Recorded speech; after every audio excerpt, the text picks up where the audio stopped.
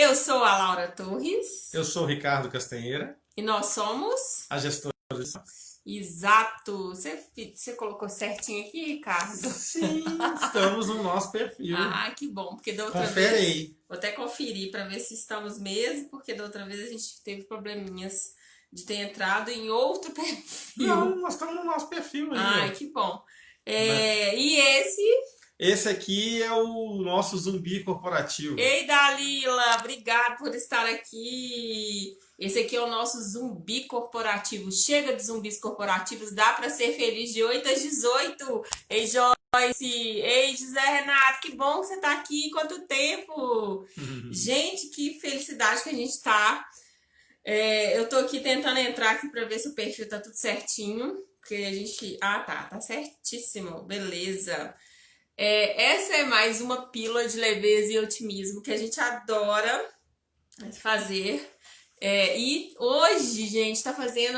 Hoje é o nosso 35ª? quinto convidado. Olha que legal!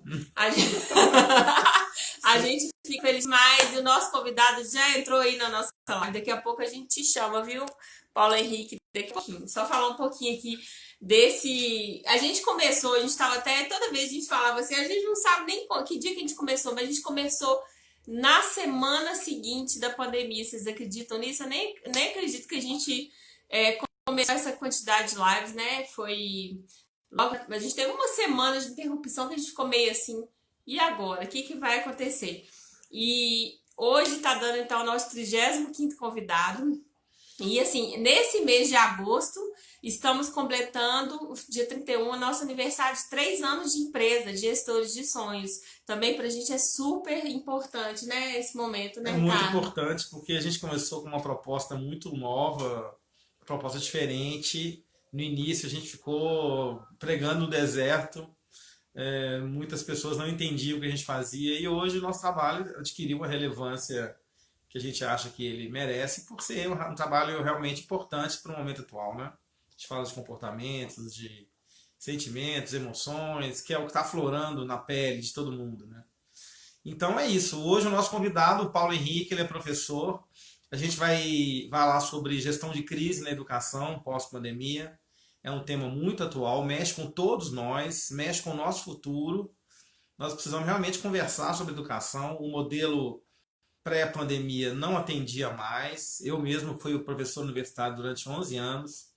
Me desencantei com o modelo educacional totalmente e acho que o Paulo Henrique vai trazer muitas reflexões legais para a gente, por isso que a gente trouxe ele aqui. E também nós fizemos uma live, o convite dele, foi muito interessante conhecê-lo. E ele tem um trabalho incrível que vocês precisam conhecer, muito relevante e eu tenho certeza que vai atender as expectativas. Vamos chamá-lo então? Só rapidinho para falar aqui, que inclusive um dos nossos principais valores da gestão de sonhos é a reciprocidade. A gente acredita muito nisso. Boa. E a gente não conhece o Paulo Henrique pessoalmente, só virtualmente, e a gente adorou o papo com ele, um cara muito inteligente, que a gente não conhecia, a gente ficou fã dele, e a gente falou assim, não tem como você não deixar de estar nos nossos convidados. Então, assim, pra gente é uma na verdade, Exatamente. aqui, gente, é um É café, um bate-papo. é um café virtual, viu? Acho que o Paulo está ouvindo a gente, vamos ver. Nós estamos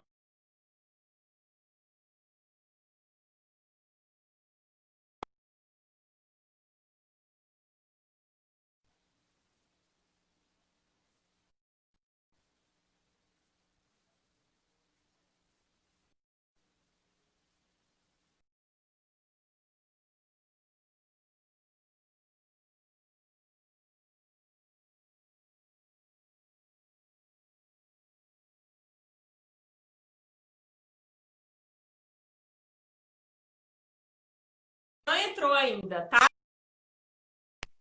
Gente, hoje então. Ah, agora sim. E aí, como é que você Ei, tá? tudo bem? Como é que está? Tudo bom, gente?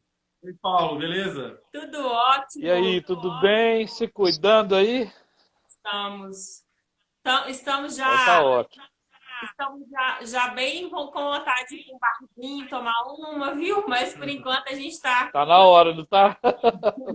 Já tem desde março, né, que a gente não pode dar uma saidinha, mas tá tudo certo. A gente tá conseguindo se Tô, equilibrar. E você? Tô a fim de dar uma chegada lá no mercado, comprar um queijo, sabe? Aí depois a gente para naquele lugar assim onde é que tem o Bar da Loura ali, né? Só para olhar, né? E aí depois da 27ª a gente vai embora. Legal. Você sabia que você hoje é o nosso 25º convidado das nossas lives? Começou em março. Poxa, que honra, que legal, gente. Eu sou fã do trabalho de vocês. Quero dar os parabéns, né? 3 anos já fazendo essa diferença. Ontem eu conversei com a Eliane Pessoa, A né? gente E viu, aí ela falou: Nossa, eles são parceirões, são legais demais, né? Ontem a live com ela foi muito legal também. é muito legal quando a gente vai conhecendo as pessoas, né, ao longo do caminho aí. Bacanérrimo. E, Paulo, fala um pouquinho de você aí, o pessoal que não te conhece, quem está ouvindo a gente, que vai ouvir depois, fala um pouquinho de você. Então, pessoal, eu sou professor há 30 anos. E durante esses 30 anos eu já estava fazendo uma conta. Eu escrevi 30 livros. E Certo? além disso, eu gosto muito de sala de aula. Hoje de manhã eu fui numa reunião, todo mundo tá com máscara, tudo direitinho, mas tive de sair hoje rapidamente para ir a uma reunião com o diretor de uma escola. Ele é um padre, né? Aí ele falou: conta um pouco da história. Então, eu dei aula no setor público, no setor privado. É, Foi muito difícil formar, porque eu estudava numa universidade particular, na PUC, e eu não dava conta de pagar aquilo. Então, eu vendia salgados, tinha que empreender ali no corredor, sabe? Vendia salgados, doce, etc, etc, e consegui me formar. Uma coisa interessante que aconteceu lá foi porque o primeiro semestre eu paguei um mês, depois eu fui destaque acadêmico, do início ao fim do curso. Aí eu não pagava, o destaque acadêmico não paga lá, né? O melhor da sala recebe uma bolsa de um mês e o melhor do curso recebe de 6 meses. Aí foi bom. Eu já saí da PUC como professor de lá e foi bem legal. De lá eu fui parar em umas corporações grandes, redes de educação, mas em 2011 eu tive um aneurisma, né? Então aqui tem um cortinho aqui. Esse aneurisma ele me fez entender o que é a gestão de crise que nós temos hoje. Eu tinha de ficar 3 anos em casa e eu resolvi criar então uma página no Facebook, chama Educação é o Alvo, né? Tem até hoje. Só que aí essa ideia foi crescendo. Hoje o padre queria saber a minha história, eu falei, bom, por que chama Educação é o Alvo, né? Eu dava aula na periferia aqui, numa escola pública, e lá a gente começou a fazer uma coisa que chama Projeto de Vida, que hoje tá até na BNCC, mas na nossa época era pouca gente que fazia isso. Eu, um professor de biologia, a gente reuniu para discutir com os meninos sobre vocação, sobre ouvir essa voz interior, sobre se cuidar, cuidar do corpo, da mente, do espírito. E de repente o tráfico lá ficou incomodado com o nosso trabalho e um aluno de 13 anos mostrou uma arma para arma automática, dessas de Israel, assim, achei até meio cinematográfico o negócio. Ele falou, professor, eu gosto muito do que você fala, mas você está mexendo no nosso negócio. Então a ordem hoje é te apagar. Mas eu vou fingir que eu não te vi. Dá um jeito do senhor dar um perdido, na linguagem da periferia. Né? Então eu entrei na sala dos professores, naquele ambiente solidário, né? Falei, gente, tem alguém querendo me matar aí? Já falou, alguém pode me dar uma carona? Até que uma professora se manifestou, depois de uns 10 minutos de silêncio. E eu saí da escola no porta-mala dela. Então, educação é o alvo, por isso. Eu fui alvo disso. Então, não pude voltar. A professora era de artes, ela fazia hip hop com o pessoal. Ela falou: Paulão, não volta não.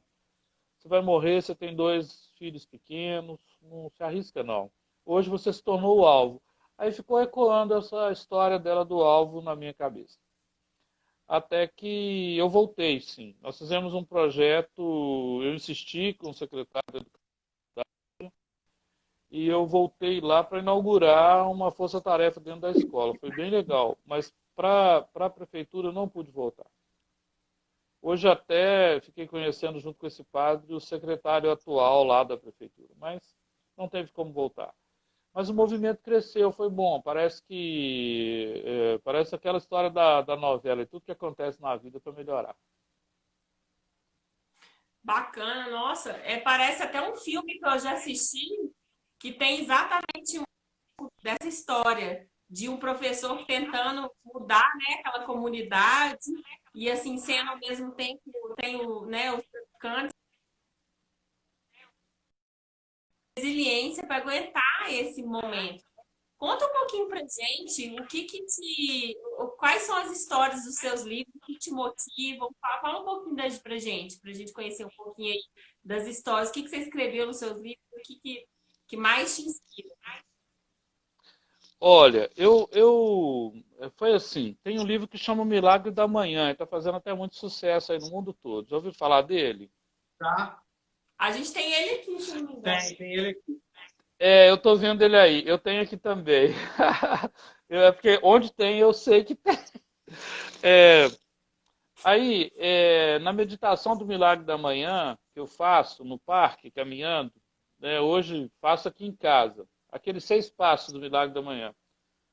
Eu estava ouvindo uma meditação e nessa meditação a moça falou assim, ela chama Raíssa Zocal, ela é um fenômeno da internet.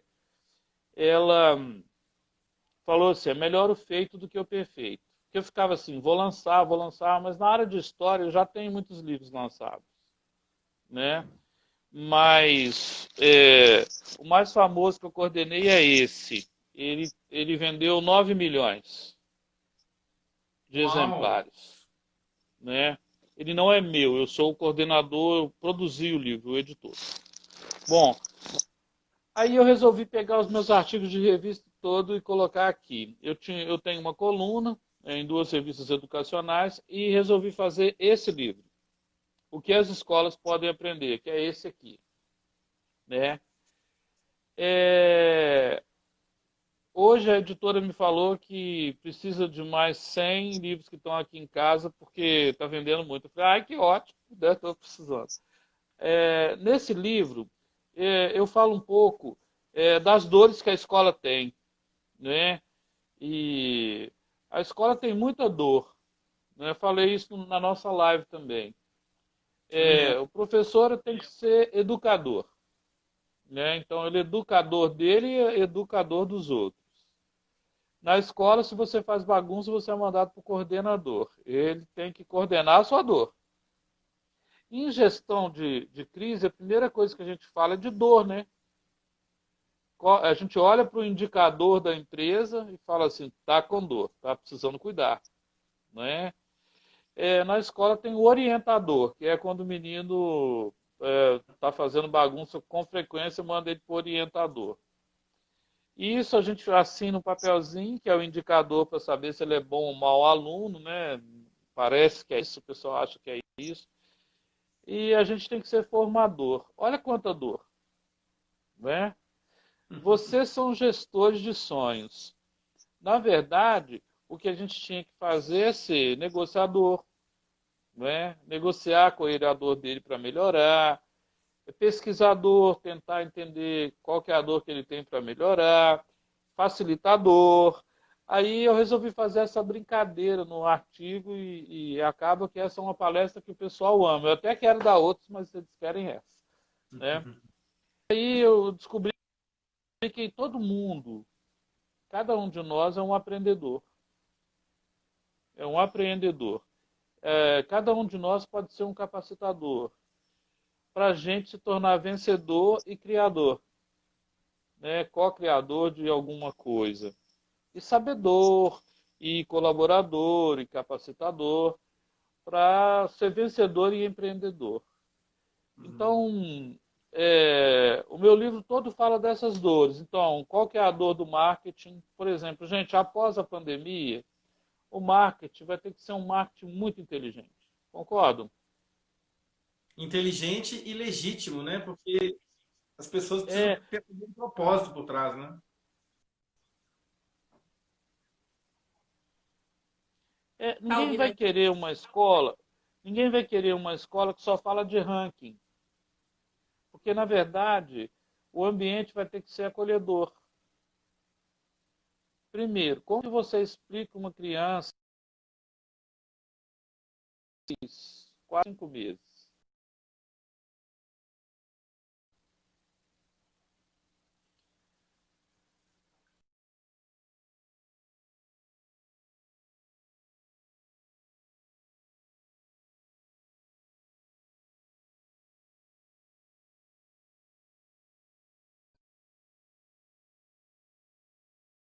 Impactando o setor público.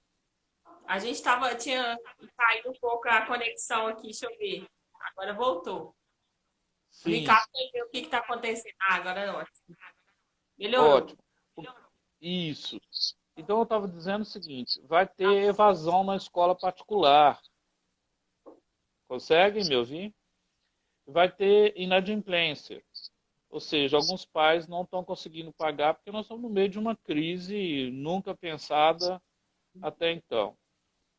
Evasão vai fazer lotar a escola pública. Então nós vamos ter crise nas duas pontas.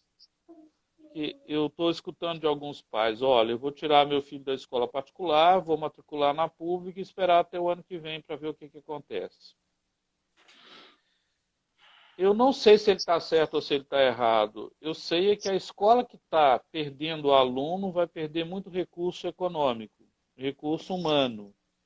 O estudante vai sofrer o impacto disso. Então, a crise é financeira, a crise é econômica.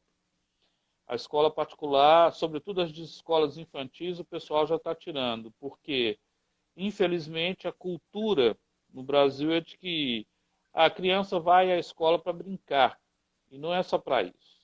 Uhum. Ela vai para socializar, ela vai para entender que existe um mundo maior além da família dela.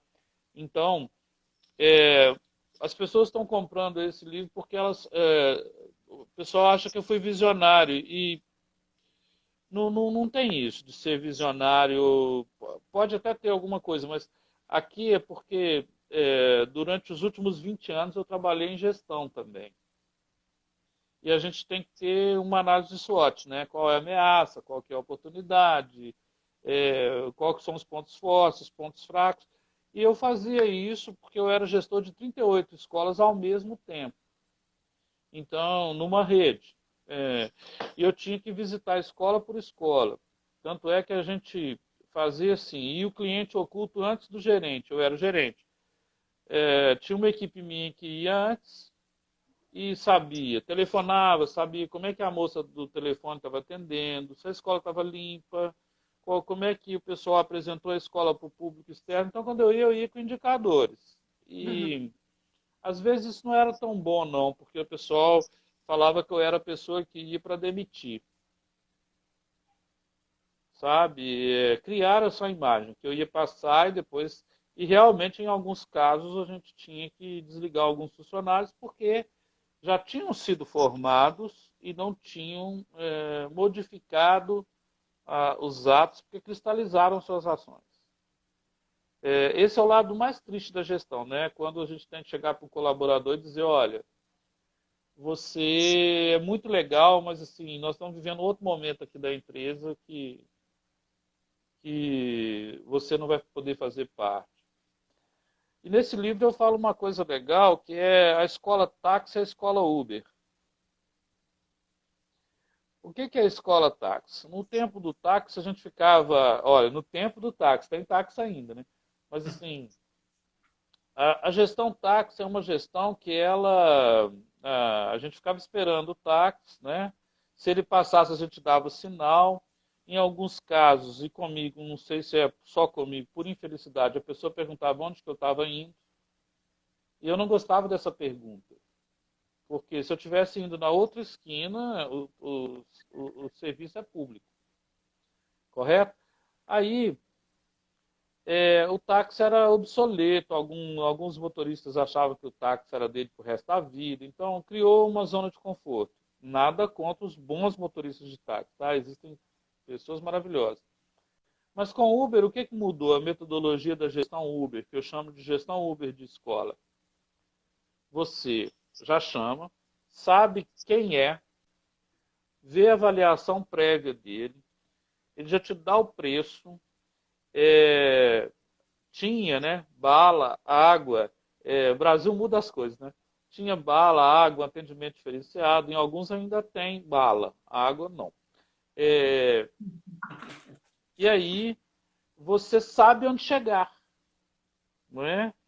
Essa gestão Uber, ela otimizou. Então, chega na porta da sua casa. Se estiver chovendo, você vai entrar na porta da sua casa. A pessoa, você vai saber o nome de quem está te levando. Então, você chegou, oi, Humberto, tudo bem? Ah, o senhor é o Paulo. Ah, então tá. O senhor está indo para tal lugar. Quer seguir esse itinerário ou quer que eu faça outro? Quer dizer, aquela coisa de vai dar a volta comigo, né? Eu sou da roça, né?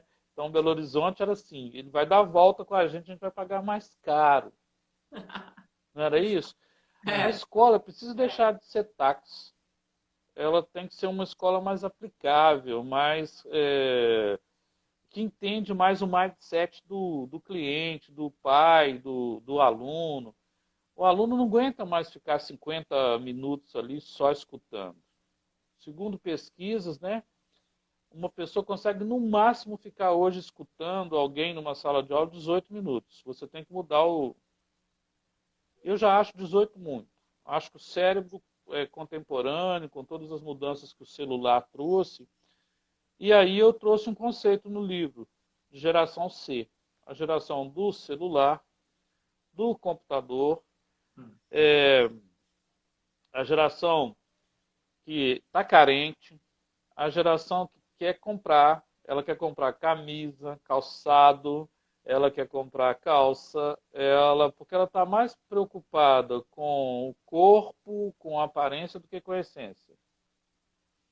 Essa geração C, ela é uma geração compulsiva. E aí o que está acontecendo com os pais dessa geração? O pai fica com culpa, porque fica pouco tempo com o filho, a mãe também, então ele vai comprar aquilo que o filho pede, né? Vai comprar coisas. E, na verdade, o que a pessoa precisa é contato. E O que ela carinho. precisa é carinho.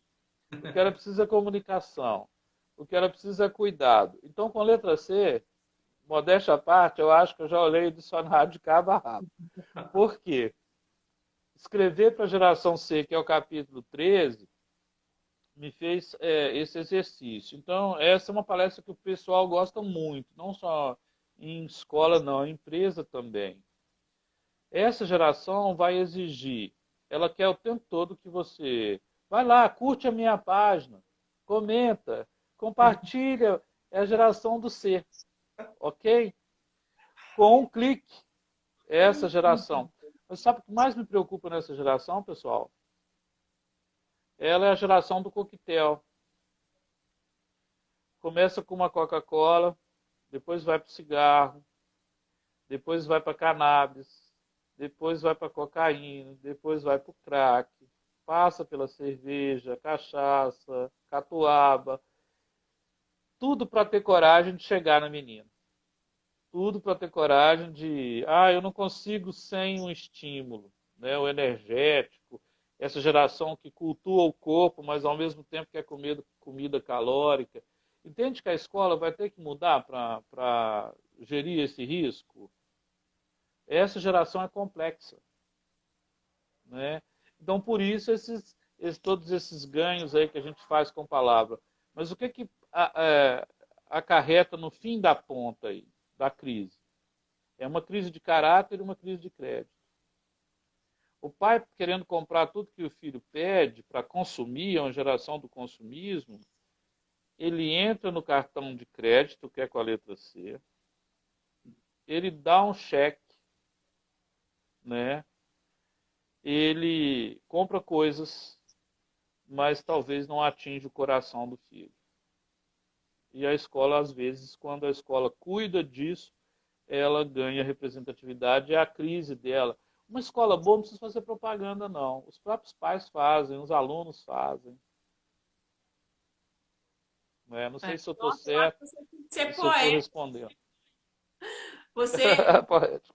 você é quase que um poeta também, né? Porque, assim, de fato, a gente fica refletindo, né? Como que Sim, como é que a gente tá. E a gente aqui na nossa casa, a gente tem né, um pré-adolescente, fará 12 anos em breve, e a gente Sim. acompanha isso, né? Essa questão da escola, como é que tem acontecido, né? A escola, se tá conversando com o que ele como é que é, né? O que ele acredita e tal. Assim, ele já falou pra gente, já tá de saco cheio de aula online, né? Que bom que ele teve aula online, porque ontem a nossa ajudante esteve aqui em casa, ela veio de 15 dias, eu falei, como é que tá a aula do seu filho mais velho, que tem 15? Ela falou assim, esse ano ele nem abriu o caderno. Então, são realidades, assim, completamente diferentes. A desigualdade está aparecendo muito fortemente, muito. né? Quanto à escola pública, a gente não tá tendo nada, as crianças estão aí, né, sem É, nada. os professores sem receber. As escolas É. particulares tendo online, mas os meninos também não se adaptando totalmente. Então, e aí? O que que acontece? Aí você vai me dar a oportunidade de falar do motivo desses livros estarem sendo lançados. Olha, esses dois nasceram na pandemia. Ao todo, os três são 520 páginas. Parte do que se ganha aqui é para comprar a cesta básica, é para falar em escola estadual, é ir onde ninguém vai. Palestrante famoso, e eu já fiz algumas palestras com esses que aparecem na TV, alguns são amigos, tá? Amigos porque antes, quando eu era de uma corporação, eu os contratei por um preço de ouro para eles darem palestra. O pessoal bate palma, quer tirar foto com ele, mais do que escutar a palestra. Tira a foto, depois vai para o shopping e não escuta a palestra. Porque tem na internet igualzinho. Né? Muitos desses palestrantes famosos fazem isso. Mas como que a gente chega até as escolas mais pobres? Olha, de um jeito sustentável. Por exemplo, isso aqui é um copinho, é uma caneca baratinha. Só que se a diretora quiser comprar, tipo, 50 copos desse, nós vamos levar um bom palestrante para conversar com os alunos dela numa escola onde não tem possibilidade. Correto? Para quê? Que é para aquele jovem que está lá na periferia se sentir, sabe, com autoestima. Ah, eles vieram aqui, olha, esse moço aí é famoso. Outro dia aconteceu, eu dei uma entrevista numa rede, vou falar o nome, não tem problema, né? A Rede Não? Super. Eu dei uma entrevista na Rede Super no programa da Márcia Rezende. E aí eu fui outro dia na escola e o menino, eu te vi ontem. Aí ficou aquele negócio, né? É, o que é mais importante para essa geração? Precisa ter conexão com a cabeça dela, sabe? Conexão mesmo. Tentar fazer as aulas mais interessantes, aulas com metodologias ativas. Esse é o Uhum. nome do segundo livro. O que é uma metodologia ativa? O professor fala 5 minutos, dá uma tarefa e o aluno vai ter que ter um desafio para ele resolver. Só que tem na cabeça de alguns pais, eles acham que isso não é da aula, porque eles têm um complexo de Gabriela. Eles querem que a aula seja assim, eu nasci assim, vai ser sempre assim, Gabriela. Não, a aula tem que mudar. Né? Então, tem que mudar a cabeça das famílias para entender que o professor está usando uma metodologia ali que uma startup pede. Né? Faz um pitch numa startup. Você tem que 5 minutos para falar. Cadê o seu produto? Não é? A startup pede para ele fazer um projeto, prototipar logo. Então a conversa tem que ser bem rápida. Só que a aula dura 50 minutos. Aí qual que é o desejo mais profundo do estudante? Pegar o celular e mexer. O celular é mais atraente que um professor. Se ele der um Google, ele descobre aquilo que o professor está falando e consegue até corrigir o professor. Hum. O livro didático já era, porque o livro é feito para 4 ou 5 anos, né? E aí as estatísticas que tem no livro são de, suponhamos, 2015. Vou ser generoso aqui com a editora. O seu filho clica e já consegue o dado de ontem. Então ele fala, não, esse dado do livro está ultrapassado. E aí o que o professor que é interessante, que já rompeu com o tradicionalismo quer fazer? Ele quer ligar o celular dele e projetar lá na tela da sala dele. Aí vem a diretora, na maioria das vezes uma senhora de meia idade, fala assim, professor, celular não pode. E agora, como é que faz? Está todo mundo em casa, está usando o quê? Tecnologia, né? Celular. Tecnologia. Está usando o celular porque o pai está trabalhando numa sala, falando da vida real. O pai está tentando ganhar o pão nessa sala, a mãe também, porque a família tem que trabalhar, e o filho está no celular acompanhando a aula remota. Por favor, aula remota emergencial. Não é ensino híbrido. Eles estão falando que é ensino híbrido. Ensino híbrido é totalmente diferente.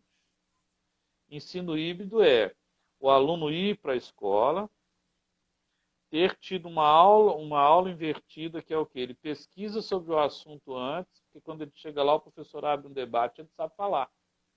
Uhum. Ok?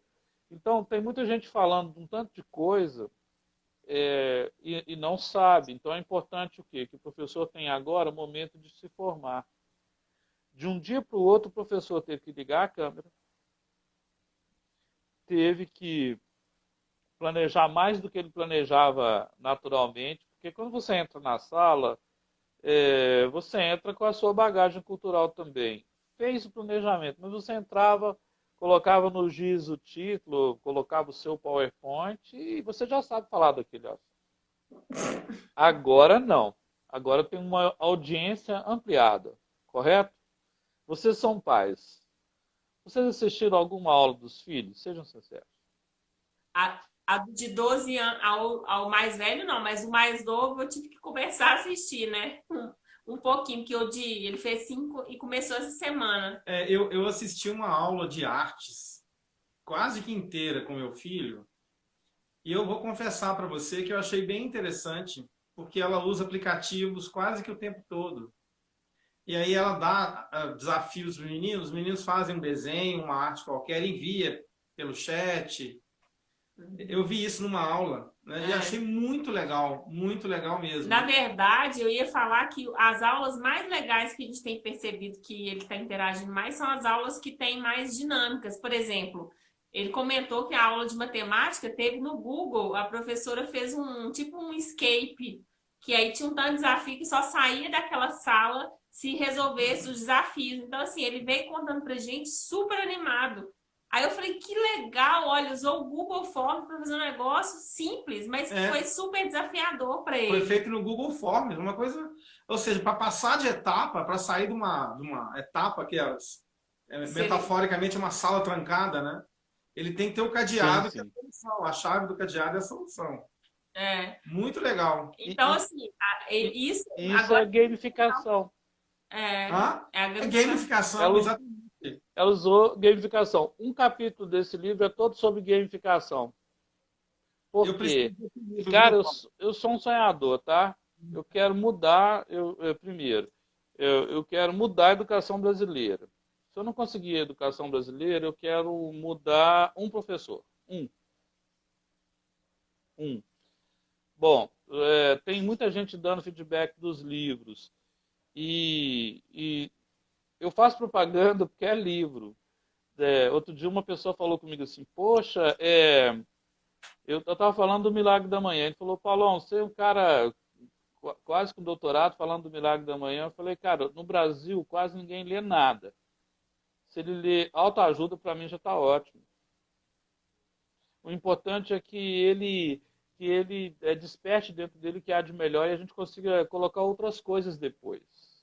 Tá? É importante ler, interpretar, depois agir, construir e avaliar o que foi construído. O problema é quando a sociedade para. Né? Quando a sociedade para, porque, olha, vem por aí, os indicadores mostram, vem por aí uma crise avassaladora. Ok? E aí eu não sou profeta do Apocalipse, não. Estava vendo a Organização Mundial de Saúde falar, a gente está acompanhando a Organização Mundial de Comércio. Eu acho precipitado que as aulas voltem esse ano. Eu prefiro que os professores se capacitem bem para voltar no ano que vem. Eu acho que a família está ganhando, acho não, acredito mesmo, que agora era a hora de criar um plano, sabe, para a mudança da escola, aproveitar esse período e criar um plano para mudar mesmo. Sabe por quê? A gente vai aos congressos de educação, às vezes eu vou como ouvinte, às vezes vou falar, e quando vou falar eu incomodo um pouco, ainda bem. Todo mundo balança a cabeça com o que o palestrante está falando de inovação e depois volta e continua fazendo as mesmas coisas e os alunos são obrigados a resistir 50 minutos corajosamente. Quando eles levantam e vão para a porta, quando a aula termina, vem o disciplinário e manda todo mundo sentar de novo. A escola tradicional já morreu. Meus sentimentos. Meus pêsames. E aí, é complicado, né? Porque nesse livro eu faço um enterro da escola tradicional, né? E penso que a tradição pode conviver com a inovação e que as famílias têm que estar conectadas com isso, né? Então na escola está tendo bullying religioso, que ninguém fala. Se uma pessoa acredita em Deus, se ela não acredita em nenhum, não é? Ela é punida. Então é sagrado respeitar o sagrado do outro. Ou se o outro não tem nenhum sagrado. Né? Eu estava falando isso com um padre hoje pela manhã, que estava me entrevistando. Né? Então, tem um capítulo que chama, olha, Meus Sentimentos, Escolas Tradicionais. Vocês morreram. Por quê? O jovem está ali porque você pergunta a ele, por que você veio à aula? Ele fala assim, porque os meus pais querem. A minha família mandou. Então, é um momento de crise. Mas essa crise pode gerar muita oportunidade. Se você trocasse a pergunta, uma vez eu era um professor atípico, tá? Então, eu incomodava a coordenação demais. Um dia a coordenadora chegou para mim num colégio tradicional aqui da cidade e falou assim, Paulo, seus colegas estão reclamando que a sua aula está muito barulhenta. Eu falei, perfeito. Só para você, não fala para eles, tá? Falei com a coordenadora. Eu prefiro o barulho do trabalho do que o silêncio do comodismo.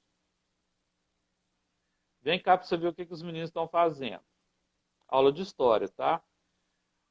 Gente, os meninos estavam vibrando porque um colega deles foi a Meca, eu estava dando aula de islamismo, e tem muita islamofobia hoje. Ele trouxe turbantes, ele trouxe comida, ele trouxe... O pai dele trabalhava numa empresa de petróleo, né?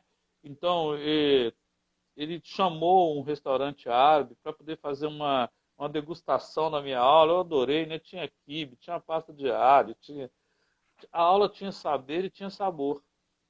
Só que estava incomodando os meus colegas. Não sei se você entende. Ele trouxe o turbante, ele trouxe tudo. Eu podia falar de Meca para eles, de islamismo, tem tudo decorado, que Maomé em 627 viu o anjo. Só que o menino é que contou, os colegas dele, a experiência da viagem. Melhor, levou o pai dele junto com ele e a mãe. O pai, a mãe e ele serviram lanche para os outros colegas da turma. Acho que a aula foi ótima. Então precisa ter trabalho de equipe em escola. Sabe? O professor tem que deixar de ser um professor estrela e ser professor constelação. Vocês falam isso para as equipes aí nas palestras de vocês. É preciso que a pessoa saiba que ela tem brilho, mas que o brilho do colega ali não vai impedir também, não. Deixa todo mundo brilhar, para a gente ser feliz. Né? Então, e o que você acha, Paulo, que tem impedido isso de acontecer nas escolas? Assim, qual que é o caminho que a gente está vendo? A gente vê alguma luz no fim do túnel dessa mudança acontecer? Ou você não acredita nisso ainda? Está acontecendo pra caramba, é isso que me dá alegria. Está acontecendo em escola pública, tá? Escola que ninguém dá nada por ela. Tem um projeto nosso que chama Famílias Sustentáveis. Sabe o que as famílias fazem? Elas recolhem as latinhas, amassam, vendem, e a gente está reformando a escola. E dá para pagar o palestrante que foi lá, dá para fazer uma oficina, e os estudantes estão tomando amor pela escola. A escola era hiper pichada, deixou de ser, porque eles fazem parte do processo. Então, eu tenho 1000 cases aí para falar. Precisa de vocês na escola, gestores de sonhos, para falar com os meninos. Sabe qual que é o meu maior sonho atualmente? Montar uma casa, que vai chamar Casa Empreendedora. Já tenho a página dela no Facebook. Sabe assim, porque você tem sonho, tem que materializar e depois se vira. Vai acontecer. E aí, dá aula de empreendedorismo para os meninos do morro. Sabe? Ensinar que se eles se falarem adequadamente, se comportarem adequadamente. Ontem eu fiz uma live com o Júlio Fessor. Ele faz uma revolução no Morro do Papagaio. É um cara hiper simples, mas que cuida das famílias lá como se fossem dele. A história de vida dele é tão interessante. Ele ficou 9 anos preso. Saiu da cadeia e encontrou um sentido de vida. E hoje ele é o pai da comunidade e aconselha os meninos a estudarem. Criou um pré-ENEM. Então, assim, tem muitos casos lindos acontecendo. E isso é que anima. Eu não sou alguém que fala de insucesso, não. Acho que a crise é o momento da oportunidade. Tem gente chorando, vamos vender lenço. Né? Vamos fazer alguma coisa. E as escolas particulares, elas têm feito algum movimento de repensar, porque tem a questão do MEC, né? Que acaba engessando muita coisa. E isso, pelo menos, é o que a gente sabe, né, Sim. Ricardo? Que é o que a gente percebe que as escolas elas não evoluem por conta disso. Que caminho que pode acontecer para as coisas, né, fluírem melhor nesse ponto? Olha, as escolas particulares também estão fazendo um movimento, agora elas estão tendo que se repensar. Para mim, o primeiro movimento que tem que ser feito é formar o professor, remunerá-lo bem, né? Opa, desculpa. MEC você esquece. Essa coisa chamada MEC, se a gente for esperar, sabe, veja quanto tempo nós ficamos sem ministros e veja quantos foram trocados. Sabe, é uma questão de mentalidade mesmo. É que nesses próximos 2 anos pode ser que aconteça algo, mas está na mão de grupos muito viciados, com todo respeito. Quando grupos ligados ao Centrão pegam o MEC, é complicado. Então, eu prefiro falar de empreendedorismo na veia. Vamos falar das escolas particulares para elas sobreviverem. Primeiro, elas vão ter que sobreviver. A estatística é que 50% delas vão falir, da escola pequena, infantil. Outras já faliram e não sabem. Esse é o pior. Eu visitei aí umas 380 escolas de 2007 até 2017. 200 delas já faliram. Vou falar por quê. Elas não têm capital guardado para que, se eu tivesse de fechar amanhã, elas acertassem com todo mundo. Então, às vezes, eu ia fazer consultoria e falava, irmã, ou diretor, diretora, esse professor está causando problemas, por que a senhora não demite? Não, não tem como acertar com ele. Ele está aqui há 25 anos, então nós vamos ter que... Então tá, então vamos fazer um calendário de formação continuada para ele pelo menos se atualizar ele não vem. Aí eu digo, poxa, como é que vai fazer isso? Então o que está acontecendo? Players do mercado, grandes grupos, estão comprando a educação brasileira. Ok? Uhum. E aquelas que resistem são essas maiores que a gente já conhece aí. Então, a escola tem um nome, mas ela usa o material de um grande player do mercado. Então, a identidade da escola já era. Né? Tipo assim, a escola chama... Vou dar um exemplo, tá? Exemplo mesmo. A escola chama São Benedito. Uhum. Ok? Só que aí ela fechou uma parceria com a rede Sistema de Ensino X. Aí vem uma qualidade total. O professor vem na apostila até quantos minutos ele vai gastar para falar bom dia, que dia que vai ser a prova. A prova vai ser no formato que ele entra lá e pega a prova pronta, banco de questões, e vai medir qual lugar que está no Enem. Então o professor fica ali engessado. Ok, ele é um robô do sistema. Ele É. tem que falar de Revolução Francesa em 2 aulas. Ok? Um movimento que mudou da moderna para a contemporânea e tem que falar com 2 aulas. É O muito jovem, difícil. o jovem te pergunta quem foi Jacobino. Você não pode falar. Você fala, espera aí um pouquinho. E continua. Ô, Paulo, eu queria fazer um. Como é que ela chama mesmo? Ismária. A Ismara, ela fez um comentário aqui. Ela colocou o seguinte: que tristeza acontecendo com a educação do nosso país. Cada dia ficamos mais distantes do crescimento.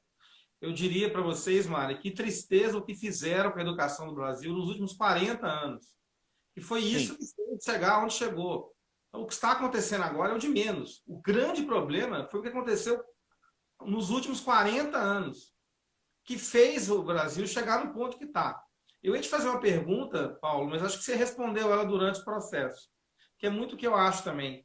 Os indicadores que o Brasil acumulou nesses 40 anos são os piores possíveis. Os piores, são assim, desastrosos. E agora a gente tem um atraso histórico, em todos os níveis da educação. Superior, infantil, ensino médio, ensino fundamental. Então, o que eu acho é que nós precisamos de acabar com esse cartel filosófico, institucional, que se instalou na mentalidade das universidades, das escolas privadas, e pensar realmente na educação como uma moeda de transformação do indivíduo, e não como simplesmente uma moeda para gerar um tipo de pensamento hegemônico. Então, não tem como falar de educação sem citar isso. Não tem, é sim. impossível. Esse é um problema Nós seríssimo. ficamos, Não a é que gente você ficou refém de um discurso muito derrotista. Então, o que precisa mostrar para o jovem? Que tem como montar ferrovia no Brasil, capital estrangeiro ou brasileiro, não interessa. Vamos pensar em ferrovia? Né? Vamos tentar resolver os problemas. Uma das aulas que eu mais gostava de dar em história é o New Deal norte-americano, o novo acordo, depois da crise de 29. O que nós estamos vivendo agora é isso, até mais sério. Então, mas também, quando você chega aqui, uma vez eu fui dar aula numa prefeitura, e estava escrito na mesa assim, o menino pichou isso. Quando você chega no fundo do poço, até um pé no traseiro te faz andar para cima. Aí eu estava lembrando dessa frase. Aqui eu estou deixando a frase mais leve, tá? Então, nós precisamos ter a metodologia LBC. Levanta o bumbum da cadeira e vai produzir. Ok? Levanta o bumbum da cadeira. Então, o que precisa na educação brasileira? Aproveitar esse ponto de inflexão. Aqui nós chegamos na crise, então agora vamos começar a organizar, não é? Então, para superar a crise, eu acho que nós vamos ter que começar a acreditar que a internet tem que chegar em todas as escolas do país. E isso abre mercado para quem trabalha com isso. Começar a acreditar que pensamento computacional e empreendedorismo devem ser matérias que estão na BNCC, que é o que eu defendo no livro aqui. Esse livro, hoje eu estou corrigindo ele, tá? Aqui ele está encapado, mas eu estou corrigindo tudo. E aí, nesse livro, essa lei, agora é lei, nós podemos. Todo mundo está falando de empatia. Uma lei da BNCC é ter empatia e cooperação, trabalho de equipe. Projeto de vida. Então, nós já temos uma lei maravilhosa. BNCC é um regimento, é uma oportunidade de fazer a educação deslanchar. Tá? Então, já tem recurso. O que precisa agora? Precisa agora de um grande mutirão pela educação brasileira, que é o que nós estamos fazendo aqui nessa live. Essa live depois a gente grava, manda para algumas pessoas, essas pessoas pensam, na hora delas, com o tempo delas. Outro dia uma pessoa falou, Paulo, eu assisto as lives que você faz passando roupa em casa. Uma professora maravilhosa. Eu falei, que bom. E estou pensando nisso, nisso, nisso. Vamos fazer isso, vamos fazer aquilo.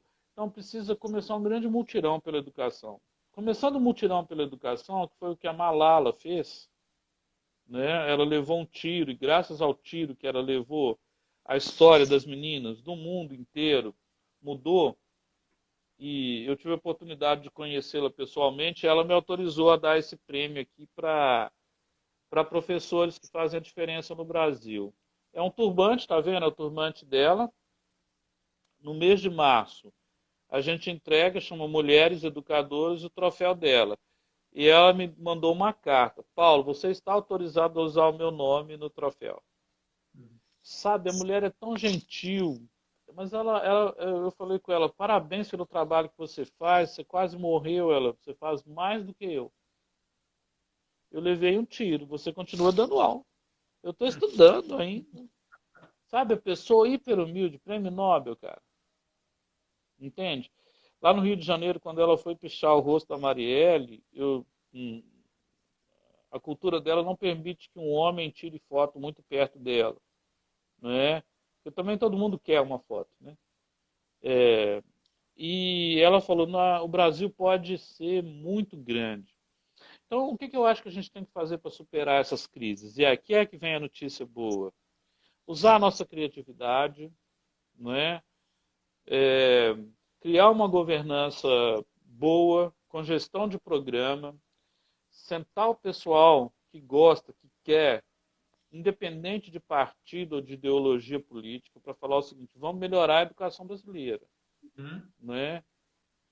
Porque essa coisa também não pode. Se você fala social, você é de esquerda. Se você fala em capital, você é de direita. Peraí, para com isso. Para tudo. Vamos pensar agora em como melhorar num ponto de equilíbrio. Aristóteles falava do ponto de equilíbrio, sabe? E vamos começar a pensar, fazer um mapeamento. Do que esses meninos gostam?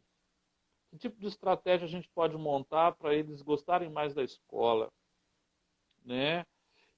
Qual que é o grau de envolvimento desse estudante nas aulas? Como melhorar esse envolvimento? Qual que é o risco que nós corremos? Né? Fazer uma análise séria do risco. Bom, mas vale a pena empreender aqui nesse cenário adverso? Vale, sabe? Começar a pensar a educação de um jeito profissional, porque atualmente está muito amador. Tá mesmo. Muito amador. Ô, Paulo, a gente tá junto nessa, a nossa bandeira principal é fazer né, de todas as ODS, a ODS que a gente acredita, principalmente a ODS número 8, que tem a ver com a questão da empregabilidade, de crescimento profissional, que é o que a gente acredita, e para isso acontecer, a educação ela tem que vir com esse suporte. Então, assim, a gente está junto nessa, a gente acredita nisso, a gente quer melhorar, né? A gente está fazendo nossa parte dentro das empresas, acordando as pessoas para não serem mais zumbis, que elas podem ser o que elas quiserem. A gente super acredita nisso, lá, as ODS, isso. Então, assim, a gente está junto nessa. Conte com a gente sempre que você tiver algum projeto da educação, a gestora de gestão está junto, que seja para fazer palestra para os adolescentes, né? Que a gente realmente acredita nisso. E te agradecer imensamente, porque o nosso tempo já está assim, faltando poucos minutos para cair. Foi muito enriquecedor. Você tem uma didática assim, que realmente é muito bacana. Extraordinária essa didática, Paulo. A gente quer te conhecer mais, conhecer seus livros. Fala aí onde que a gente pode estar adquirindo os livros. Chama Livraria Conhecimento. Então, www.conhecimentolivraria.com.br. Lá é a livraria e lá também é a editora. Tá? De dois parceiros maravilhosos. E aproveitar só para dizer para vocês, eu estou dando um ponto final, assim, esse mês de escrever de educação, eu vou começar a escrever de empreendedorismo. Então, o meu novo livro está sendo lançado. Ele chama Putz, Fali. Putz. Empreendi, venci. O nome... Tá, ninguém sabe ainda, só são os primeiros. Já está pronto, né? Vamos fazer junto com uma empresa de marketing. Ontem fechou tudo. é ensinar um pouco como sobreviver depois da falência, né? Bacana. Porque vai precisar. Em dezembro ele está chegando aí no mercado. Tá chegando a hora certa. Muita gente vai precisar dele. Vai precisar se reinventar, né? Eu queria mandar um beijo para a Ismária, que está aí nos ouvindo até agora. Ela falou que pena, estava ótimo, tá mesmo, né, Ismária? O professor, é muito interessante a abordagem dele, mas é por conta mesmo. Eu amei a geração C. Muito sensacional. legal. Exatamente. Vou te mandar o vídeo. Sensacional, veio começar com C. Ah, pois é. Comunicação criteriosa, pode ficar tranquilo. Ô, gente, eu quero agradecer o convite. Eu amo o que vocês fazem. Quando voltar presencial, nós vamos fazer junto uma coisa aí na cidade. Com certeza. Pode contar com a gente sempre, viu? Te agradeço imensamente sua sabedoria, seu tempo, né, Carlos? Foi fantástico. Muito obrigado. E agradecer aí quem está nos ouvindo aí, quem vai nos ouvir em breve. Um beijo. Sim. Obrigado, viu? E tchau, Paulo. Continue aí. Manda para mim para ir pro canal. Isso. Qual que é o canal? Manda para mim. As escolas podem aprender. Claro. Beleza. Gratidão e alegria. Um abração. Obrigado. Tchau, gente. Tchauzão.